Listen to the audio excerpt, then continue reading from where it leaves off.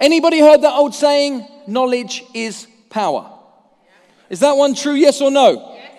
No, it's nonsense. Utter nonsense is what knowledge is power is, that statement. I don't know why people say it. You can have all of the knowledge in the land. If you fail to apply it, you're no more useful than an encyclopedia on a shelf. It is the implementation, the application of the knowledge that will lead to the power. That's going to be the key difference. Ever since a young age, I've had the innate ability to influence other people. It's allowed me to go on and live quite an abundant life. I'm a loving husband, I've run multiple successful businesses, written 5 best-selling books, delivered over 2,000 presentations all around the world. Yeah, I really only know how to do 3 things. I know how to get more customers, I know how to get them to come back more often, and I know how to get them to spend more money each and every time they shop. And I've learned that if you can master these 3 simple things, then you can get more of what you want. For many of you, for fear of not being a salesperson, you become a sales prevention officer. Do you know that people like buying stuff? Did you know that? People actually like buying stuff. And you stand in their way. Words are my things. I do kind of so much of my work in and around word choices. And then I hear people take words like fear and make acronyms out of it. And I heard one the other day I quite liked, which was false evidence appearing real. I like that one. But I think what I see happen in this industry more so is F everything and run. Well, the reason I do what I do is because I saw so many amazingly talented people's businesses take a giant step backwards when the recession hit in 2008. And I found myself looking to help these people through understanding the sales or the customer journey, and that I would get far more personal satisfaction seeing huge success through their wins rather than celebrating my own. If I have the word price written in my right hand and the word value written in my left hand, and price comes out ahead of value, which one looks bigger? Price looks bigger, doesn't it? But if I get the value out there ahead of the price, which one looks bigger now? There is a stigma attached to being a salesperson. You know as well as I do that to achieve success in today's challenging marketplace, to get continued commercial success, then what we're looking to do is to sell in a way that achieves great outcomes for our customers, as well as ourselves, creating environments in which everybody wins. And what I've learned over a period of time is all of that fear around the fact that you guys are crooks, that it's too much money, etc., etc., etc., are untrue. It's not true. You guys do wonderful work. You hugely change people's lives. The impact that your work has on other people is essential in this sales process. When you look under the hood of any business, the products people are selling are the same, the training is the same, the leads are the same, in fact the opportunity is the same. The more I drill down into it, the more I discovered the people that were crushing it, they knew exactly what to say, when to say it, and how to make it count. And I learned that the right words in the right way would allow people to act on impulse. It would talk towards their subconscious. It would allow them to move more freely. These words would move people out of maybe or those grey areas. And I call these words my magic words. Next time you want to tell somebody what to do, instead of telling them what to do, tell them what most people do. And when you say, well, what most people do in your circumstances, what happens is a little voice kicks up in their head and says, I'm most people. So if that's what most people do, then there's a good chance I should do that thing too. See, this success isn't about moving no's to yeses, it's about moving maybes to yeses. That's where the money is. First piece of psychology is that people do not like being told what to do, yet kind of do. They want to be told what to do, but they want to feel like it was their idea, they want to be guided, or they want to be led. Second piece of psychology is that people act a lot like sheep.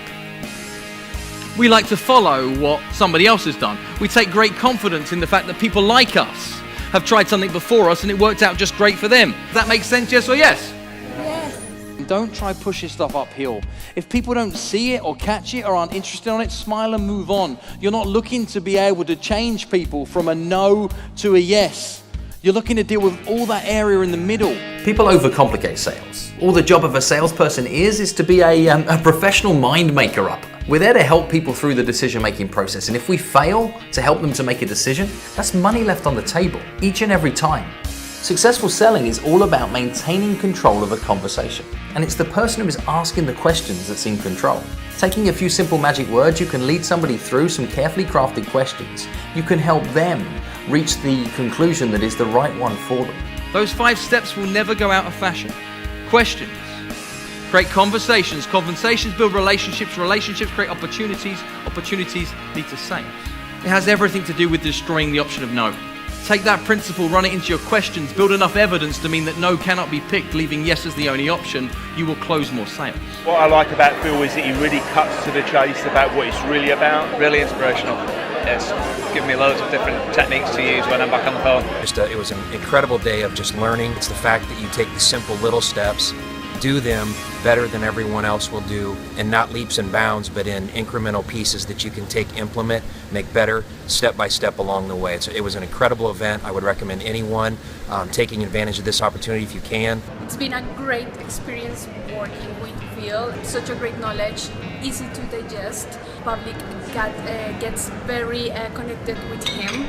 That's pretty important, and the energy you feel is awesome. And his knowledge is very practical, and it's easy to get it and to put it on practice every day. So we love to work with Phil, and we will definitely do it again. Great course. He does a wonderful job. Anybody that has a job is selling something, whether it's a good or a service, and he teaches you how to get the low-cost, no-cost referrals, which is key to any job. Getting the referrals, getting new business. He'll make you money now. He'll make you money in the future if you do what he says, and I highly recommend listening to him. Do what he says. He knows his stuff. Phil talked to one of my salespeople in the break. One of my salespeople then rang one of his prospects. He's just had the deal confirmed. I'm already doing some work with him. We're putting a project together where he's going to support my salespeople over the next 3 months. You know, he's paid for himself. Would I recommend him? Yes. I guess if you take away everything from me, all I really am is a sales trainer, albeit a bloody good one. And the reason that I got into this work is because of the hundreds of people or the thousands of people who are great at what they do but failing to get the results I knew they were capable of. So I've turned away the hundreds of things that I could be doing with my career to do the thing that really drives me, teaching people to sell. Everybody says they will do stuff. They believe it's a good idea. But very few people get off their backside and go and make something happen, taking the actions that they need to and doing it quickly. Fortune favors the fast. So on that point, I'm wondering who wants a copy of my new book?